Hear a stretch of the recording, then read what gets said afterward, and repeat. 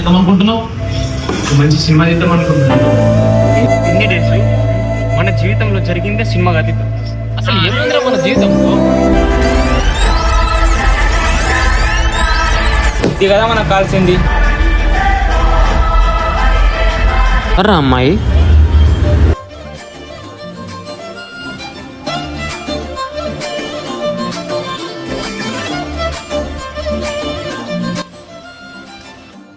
నువ్వు first time నన్ను save చేసినప్పుడే వచ్చేసావు. I love you.